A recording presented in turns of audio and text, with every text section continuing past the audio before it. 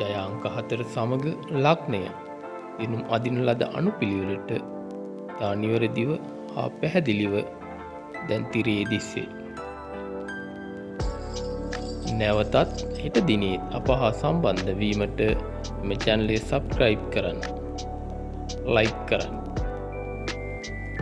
හෙට දිනේත් හමු වෙමු. ඔබට සුබ වාසනාවන්ත දිනයක් වේවා.